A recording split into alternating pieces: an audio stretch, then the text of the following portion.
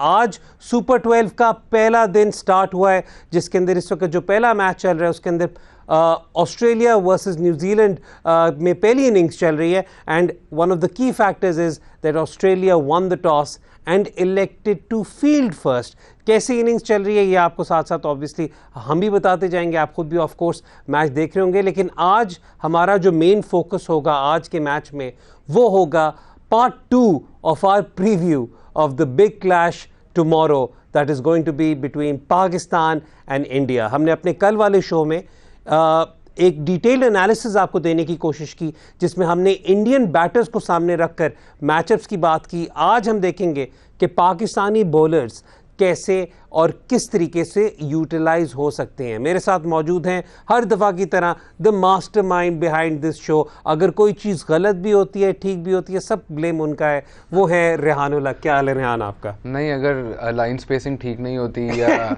सब कुछ रेहान, अगर डेसिमल प्लेसेस ठीक नहीं होते वो मेरी गलती नहीं है, सब कुछ रेहान का कसूर है। लेकिन Rehan, let's first talk about Australia versus New Zealand.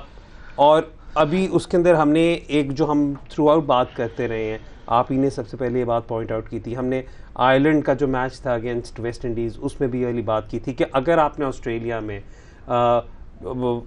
Maximise करना है कोई फेस तो that has to be the power play.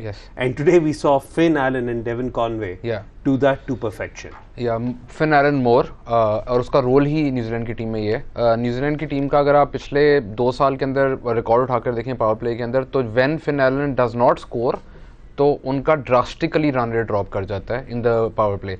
Middle overs में वो वैसे ही इतना एक्सेलरेट नहीं करते, they go for big payoffs in the last 5 to 6 overs. ठीक है, so basically if Finn Allen fires in Australian conditions, that is the best way. आप अपने आप को सबसे ज़्यादा चांस दे रहे हैं कि आप उस फेज के अंदर अगर आप करेंगे तो फिर you will have a better chance of winning.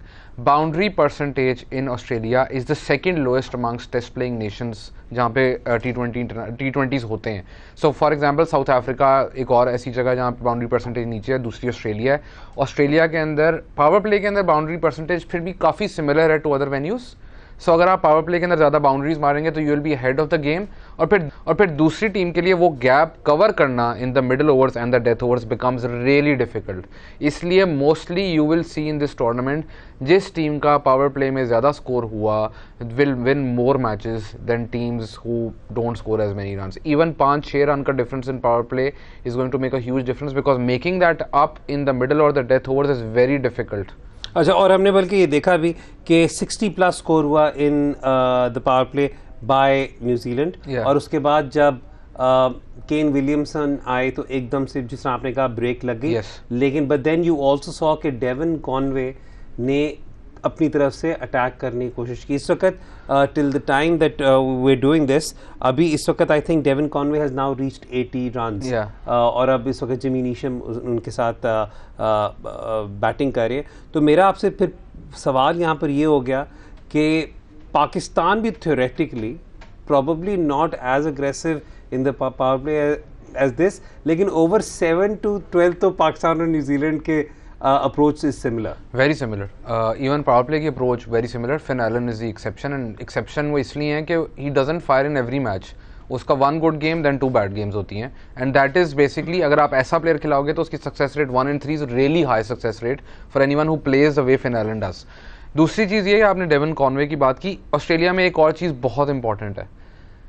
आप दुनिया में किसी और वेन्यू पे खेल रहे हो ना, तो जो नया बैटर क्रीज पे बैटिंग करने आता है ना, उसके लिए कदरे ईजी होता है कि वो पहली बॉल से आके अगर अटैक करे कंपेयर टू ऑस्ट्रेलिया। ऑस्ट्रेलिया में जो आपका सेट बैटर है ना, जो पावर प्ले खेल चुका हुआ है या जो ज़्यादा बॉलिंग खेल चुका है, उसका काम है कि वो एक्सलरेट करे, giving the other batter more time because boundary hitting is more difficult in Australia power play के बाद।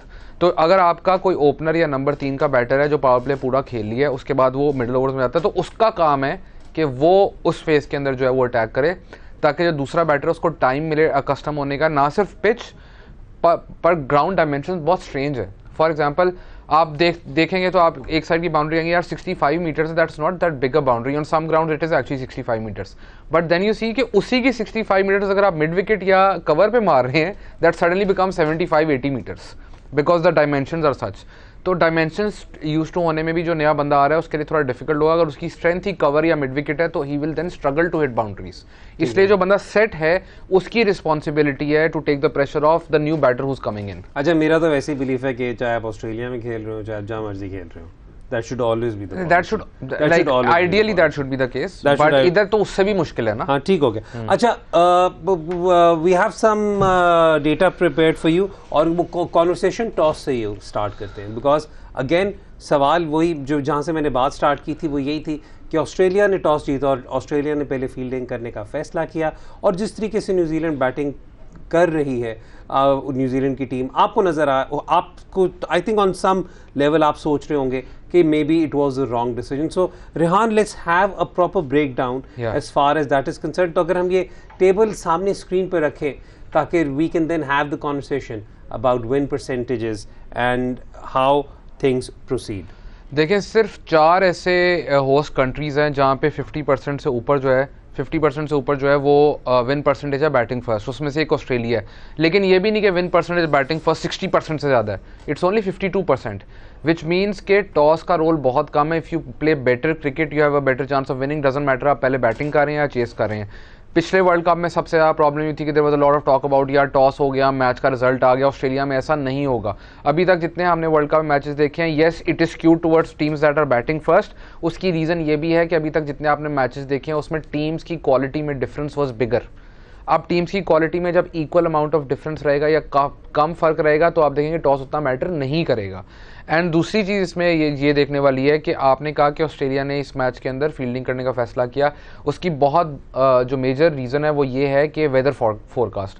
कोई भी रेन शॉर्टन मैच में हमेशा एडवांटेज चेसिंग टीम का होता है। अगर there is any chance of rain you should always chase, doesn't matter what the pitch is doing, because जितना कम मैच होगा उतना जितने ओवर कम होंगे आपको टारगेट का पता होगा उतना आपको फेवर करता है। अगर आप चेस कर रहे हो आपको टारगेट पता होता है और उस मुताबिक आप अपना जो चेस है वो प्लान कर सकते हैं। अच्छा, मैं यहाँ पे जरा थोड़ी सी क्या नाम है एक्सप्लेनेशन भी दे दूँ, क्योंकि आई थिंक हो सकता है कि जो ये टेबल देखें वो ऑटोमेटिकली अज्यूम करें कि आप कैसे कह सकते हैं कि टॉस इतना मैटर नहीं करता अगर बैटिंग फर्स्ट वाली टीम 60% जीत रही है।